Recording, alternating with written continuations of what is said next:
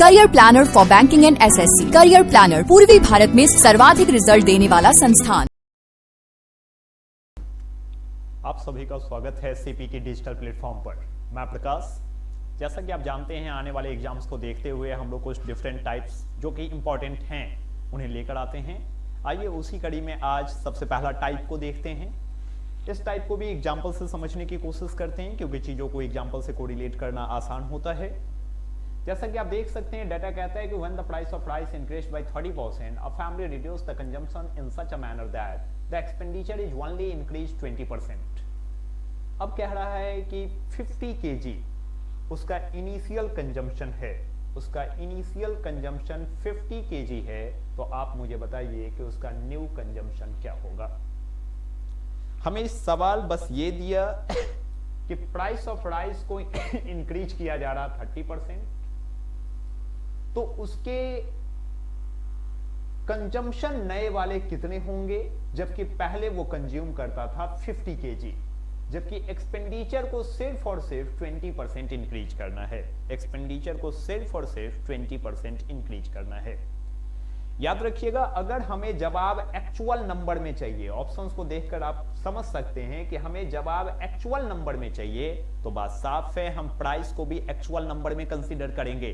तो हम मानना चाहेंगे कि प्राइस ऑफ राइस जो है, प्राइस ऑफ राइस जो है वो 100 रुपी पर केजी रहा होगा। और आप जानते हैं, अगर 100 रुपी पर केजी प्राइस था तो पहले हम कितना केजी कंज्यूम करते थे, तो आप देख सकते हैं पहले का कंजम्पशन हमें दिया गया है 50 केजी। तो आप खुद हमें बताइए कि 100 रुपए वाली राइस है, 50 केजी कंज्यूम करते हैं, तो बताइए टोटल कितना खर्च बनता होगा। तो ये कोई मैथ नहीं है, ये एक रियल लाइफ है कि 100 रुपी कोई राइस है, 100 रुपी पर केजी, और ऐसा अगर हम 50 केजी कंज्यूम करते हैं तो कितना रुपया खर्च होगा। तो एक्सपेंडिचर कैसे निकाला जाए, तो निश्चित है एक्सपेंडिचर के लिए जो प्राइस है हमारा और जो कंजम्पशन है हमारा, उन दोनों का क्या किया जाए, मल्टीप्लाई।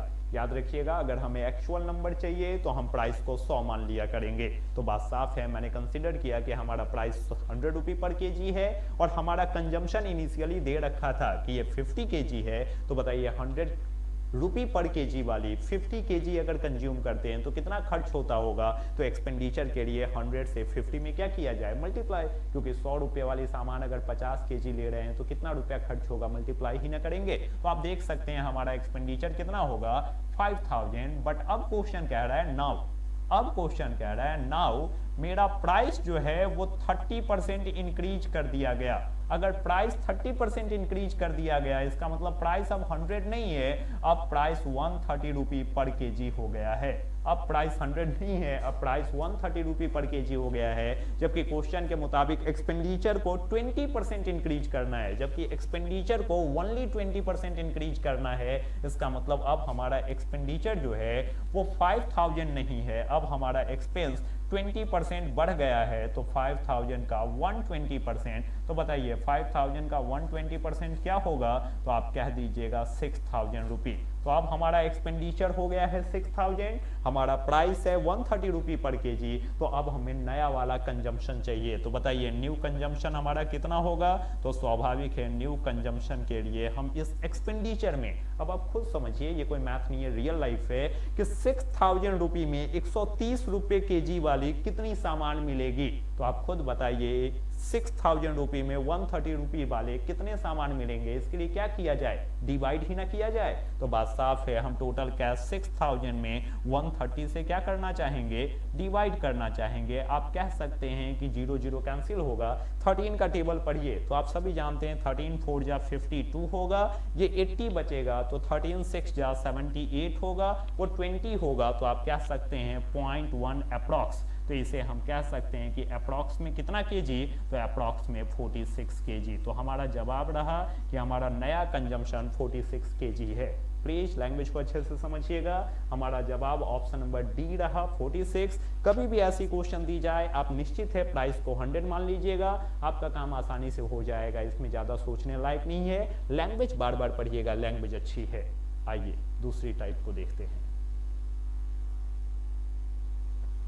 आप देख सकते हैं ये टाइप कहता है कि selling 17 balls for 720 rupee losses is equals to the cost price of 5 balls. ये इस लाइन की सबसे अच्छी डाटा है, क्योंकि याद रखिएगा अगर कभी भी ऐसा टाइप का क्वेश्चन पूछे तो आपको यहीं से स्टार्ट लेना चाहिए। और स्टार्ट क्या कह रहा कि लॉस जो हुआ है वो इक्वल है सीपी ऑफ 5 बॉल्स। याद रखिएगा इस टाइप में याद रखने लायक बात बस ये है कि लॉस या प्रॉफिट जिसके रिस्पेक्ट में दिया गया हो उस रिस्पेक्ट के वन क्वांटिटी का वैल्यू 1 मान लिया जाए। याद रखिएगा लॉस या प्रॉफिट जिसके रिस्पेक्ट में दिया गया हो उस रिस्पेक्ट के 1 क्वांटिटी का वैल्यू 1 मान लिया जाए। कहने का मतलब साफ है, यहाँ लॉस हुआ है सीपी ऑफ 5 बॉल्स का, तो आप सीपी ऑफ 1 आर्टिकल 1 मान लीजिएगा, क्योंकि आज लॉस सीपी के रिस्पेक्ट में दिया है। जब कभी भी ऐसी टाइप दी जाए आप हमेशा ख्याल में रखिएगा कि प्रॉफिट या लॉस जिसके रिस्पेक्ट में दिया जाए उस रिस्पेक्ट के एक आर्टिकल का वैल्यू 1 मान लिया जाए। कहने का मतलब ये है कि लॉस आज सीपी के रिस्पेक्ट में दिया गया है, तो हम कंसीडर करते हैं कि सीपी ऑफ 1 आर्टिकल 1 है। मैंने सीपी ऑफ 1 आर्टिकल ही 1 क्यों माना पता है आपको? क्योंकि आज लॉस सीपी के रेस्पेक्ट में दिया था। अगर लॉस एसपी के रेस्पेक्ट में दिया होता तो पक्का हम एक आर्टिकल का एसपी 1 कंसीडर करते।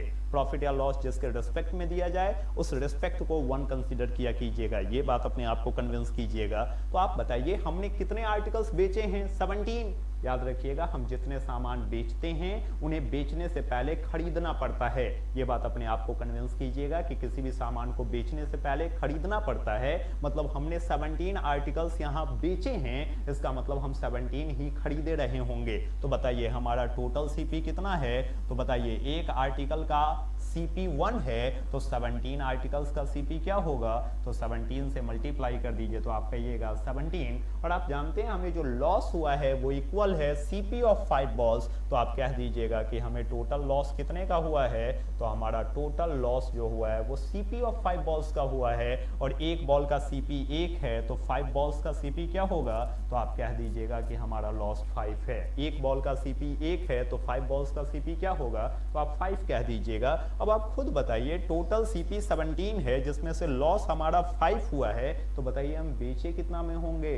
तो ये बात खुद से पूछना है, ये कोई फॉर्मूला नहीं है। आप खुद से सवाल कीजिए कि 17 में खरीद कर 5 का लॉस होता है। तो अगर 17 में खरीद कर 5 का लॉस होता है इसका मतलब बेचे पक्का 12 में रहे होंगे, क्योंकि लॉस तब होता है जब हम कम में बेचते हैं, प्रॉफिट तब होता है जब हम ज्यादा में बेचते हैं। ये सब कोई फॉर्मूला नहीं है, इसे खुद से कन्विंस करना है। तो आप कहेंगे कि हमारा टोटल एसपी क्या रहा होगा? तो हमारा टोटल एसपी 12 रहा होगा, क्योंकि 17 में हमने परचेज किया है, 5 हमें लॉस हुआ है, इसका मतलब साफ है हमने 12 में उसे सोल्ड किया है। और ये जो हमने 12 में सोल्ड किया है वो अकॉर्डिंग टू फर्स्ट लाइन कितने रुपए के बराबर है? तो वो 720 के बराबर है। तो टोटल एसपी जो हमारा 12 आया है वो 720 के बराबर है। तो आप हमें खुद बताइए कि 1 बराबर क्या होगा? तो 1 बराबर 60 हो जाएगा। अब आप हमें खुद बताइए कि आप कह सकते हैं कि हमें बोला गया सीपी ऑफ अ बॉल बताइए। तो अगर हमें सीपी ऑफ 1 बॉल मांगा है तो बात साफ है, सीपी ऑफ 1 बॉल हमने क्या कंसीडर कर रखा है?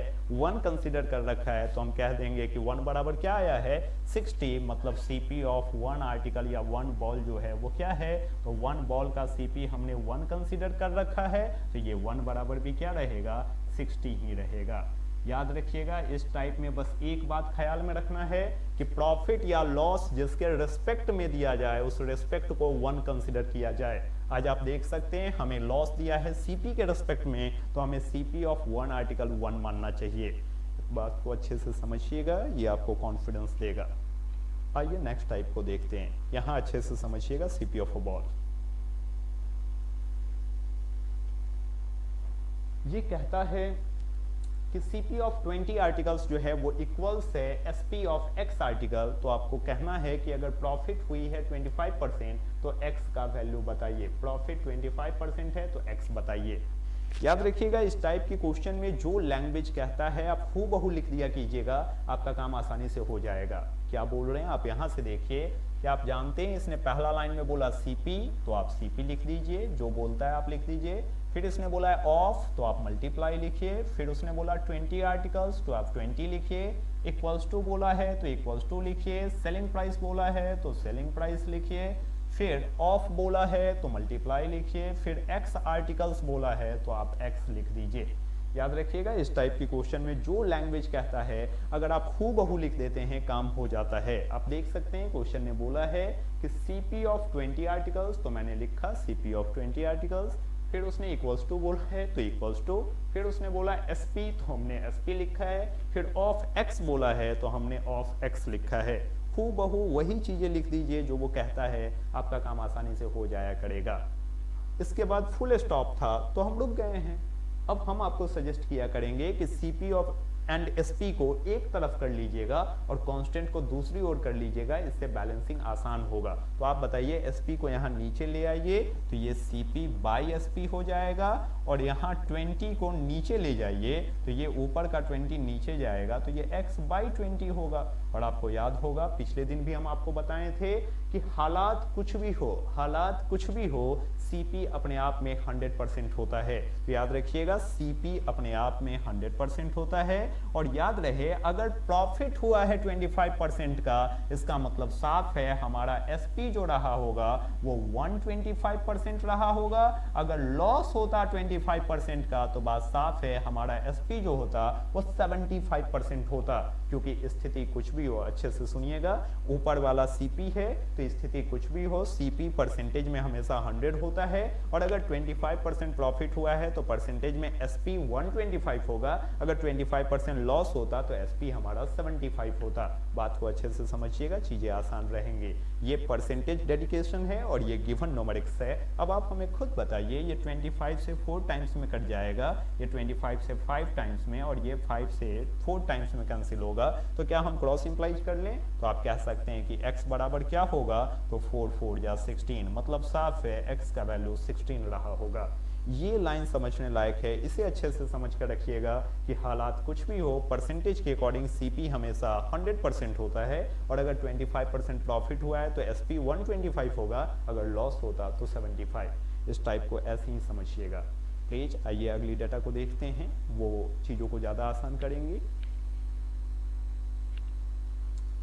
इसका कहना है कि आपने 2 रेडियो को परचेज किया है 900 में आपने 2 रेडियोज को परचेज किया है 900 में, और फिर ये कह रहा कि पहला रेडियो को आपने 30% प्रॉफिट पे बेचा है और दूसरा को आपने 20% लॉस पर बेचा है, 20% लॉस पे, जबकि आपको ओवरऑल बिजनेस में नीदर प्रॉफिट नॉर लॉस हुआ है। आपको ओवरऑल बिजनेस में ना तो प्रॉफिट हुआ है और ना ही लॉस हुआ है। प्लीज लैंग्वेज को अच्छे से समझिएगा। एक पहला सामान है, एक दूसरा सामान है और एक टोटल है। तो टोटल बना कैसे होगा? तो निश्चित है टोटल उन दोनों सामान को जोड़ने पर बना होगा, और जब कभी भी 2 या 2 से ज्यादा सामान को जोड़ने पर टोटल बनता हो, बात साफ है आप एलिगेशन का कॉन्सेप्ट लागू कीजिएगा, मिक्सचर एंड एलिगेशन लागू कीजिएगा। बहुत बार ये कंफ्यूजन में रहता है स्टूडेंट्स को कि हमें मिक्सचर एंड एलिगेशन कब लगाना चाहिए। तो ये अपने आप को कन्विंस कीजिएगा कि जब कभी भी 2 या 2 से ज्यादा को ऐड करने पर टोटल बनता हो, जोड़ने पर टोटल बनता हो, आप एलिगेशन लागू कर सकते हैं। अब आप हमें खुद बताइए, क्या आप देख रहे हैं कि पहला सामान है, दूसरा सामान है, और दोनों को मिलाने पर ही ना टोटल होगा? मतलब साफ है आप एलिगेशन लागू करेंगे। और आप जानते हैं हमने जब पहला सामान को बेचा है तो मुझे कितने % का प्रॉफिट हुआ है? तो आप देख सकते हैं 30% प्रॉफिट। प्रॉफिट का बस इतना मतलब है कि वो प्लस है, प्रॉफिट का बस इतना मतलब है कि वो प्लस है, लॉस का बस इतना मतलब है कि वो माइनस है। याद रखिएगा जब कभी भी ऐसी सिनेरियो में प्रॉफिट बोला जाए तो बस उसका ये मतलब है कि वो प्लस है, लॉस अगर बोला जाए तो उसका बस ये मतलब है कि वो माइनस है। तो आप मुझे बताइए दूसरे सामान पे मुझको क्या हुआ है? तो दूसरे सामान पे मुझको 20% का लॉस हुआ है। 20% लॉस का क्या मतलब है? -20। और आप जानते हैं हमें ओवरऑल पे क्या हुआ है? तो ओवरऑल पे ना तो मुझे प्रॉफिट हुआ है ना ही हमें लॉस हुआ है। ओवरऑल बिजनेस में मुझे ना तो प्रॉफिट हुआ है ना ही लॉस हुआ है। ओवरऑल में ना प्रॉफिट नो लॉस का क्या मतलब है? 0%। नीदर प्रॉफिट नॉर लॉस का मतलब क्या? 0%, न्यूट्रल। ना तो हम पॉजिटिव रहे ना ही हम निगेटिव रहे। और जो ओवरऑल होता है उसे हमेशा क्रिस क्रॉस में बीच में लिखा कीजिएगा। जो टोटल पर होता है उसे हमेशा बीच में लिखिएगा और इन्हें हमेशा क्रॉस सब्ट्रैक्ट कीजिएगा। इन्हें क्रॉस सब्ट्रैक्ट कीजिएगा तो 30 से 0 को घटाइएगा तो 30 आएगा, क्योंकि सब्ट्रैक्ट हमेशा बड़े से छोटे के बीच करते हैं। इन्हें हमेशा क्रॉस सब्ट्रैक्ट कीजिएगा और सब्ट्रैक्ट हमेशा बड़े से छोटे के बीच करते हैं। तो बड़ा 30 है, इससे 0 घटाइएगा तो 30 आएगा। और अब की बार बड़ा जो है वो 0 है, क्योंकि -20 से बड़ा 0 होता है, और जब आप 0 से माइनस कीजिएगा -20 तो वह माइनस माइनस क्या हो जाएगा, प्लस हो जाएगा। याद रखिएगा, सब्ट्रैक्ट हमेशा बड़े से छोटे के बीच कीजिएगा, तो हमेशा बड़े से छोटे को घटाया जाता है। तो बड़ा यहाँ पर 0 है, छोटा -20 है, क्योंकि नेगेटिव से बड़ा 0 होता है। तो आप 0 से जब 20 को घटाइएगा तो यह ओवरऑल आउटकम्स क्या देगा, 20 देगा। और ये जो रेशियो आता है, ये रेशियो सीपी का आता है, ये रेशियो सीपी का आता है। और आप जानते हैं ये 0 से 0 कट गया, और दोनों का कंबाइंड सीपी कितना था, तो दोनों का कंबाइंड सीपी हमें दे रखा है 900, तो हम कह देंगे कि दोनों का कंबाइंड सीपी 900 रुपी था। तो मुझे आज क्वेश्चन ने बोला है कि लॉस वाले का सीपी बताइए, मुझे क्वेश्चन ने बोला है कि प्रॉफिट वाले का, माफ कीजिएगा, हमें क्वेश्चन ने बोला है कि कॉस्ट प्राइस प्रॉफिट वाले का बताइए, कॉस्ट प्राइस प्रॉफिट वाले का बताइए। तो बताइए प्रॉफिट वाला कौन है, पहला आर्टिकल या दूसरा आर्टिकल। तो आप देख सकते हैं पहला आर्टिकल प्रॉफिट वाला है, तो हमें सीपी चाहिए पहला आर्टिकल का। तो आप मुझे बताइए रेशियो से यह पहला कितना है, 2, क्योंकि जो जिसके नीचे वह उसका वैल्यू है। तो रेशियो से यह कितना है, 2, और दूसरा रेशियो से क्या है, 3, टोटल रेशियो से क्या है, 5, और 5 बराबर 900 का, तो 1 बराबर क्या होगा, 180। तो बताइए 2 बराबर क्या होगा, 360। आप ऐसे निकाल सकते हैं 360। मान लीजिए ये बात आपको नहीं समझ में आ रही हो कि 360 कैसे आया, तो आप कह सकते हैं कि पहला निकालना है तो पहला रेशियो से क्या है हमारा 2, और याद रखिएगा ये रेशियो की पॉलिसी है कि सम ऑफ ऑल को कहाँ लिखिएगा, नीचे। तो 2 and 3 को जोड़िए तो वह कितना होगा, 5, और मल्टीप्लाई ग्रॉस अमाउंट। बताइए हमारा ग्रॉस अमाउंट कितना है, 900। तो आप कह सकते हैं कि यह कितना देगा, 360 देगा। लैंग्वेज को अच्छे से समझिएगा, नीदर प्रॉफिट नॉर लॉस को समझिएगा। नीदर प्रॉफिट नॉर लॉस का मतलब न्यूट्रल, 0%। तो प्लीज इन तमाम जो भी टाइप्स आज देखे हैं उसका ख्याल रखिएगा, अच्छे से चीज़ों को समझिएगा। निश्चित है अगले दिन कुछ और अच्छी लैंग्वेज को लेकर हम लोग सामने आएंगे। चलिए नेक्स्ट मिलते हैं, थैंक यू।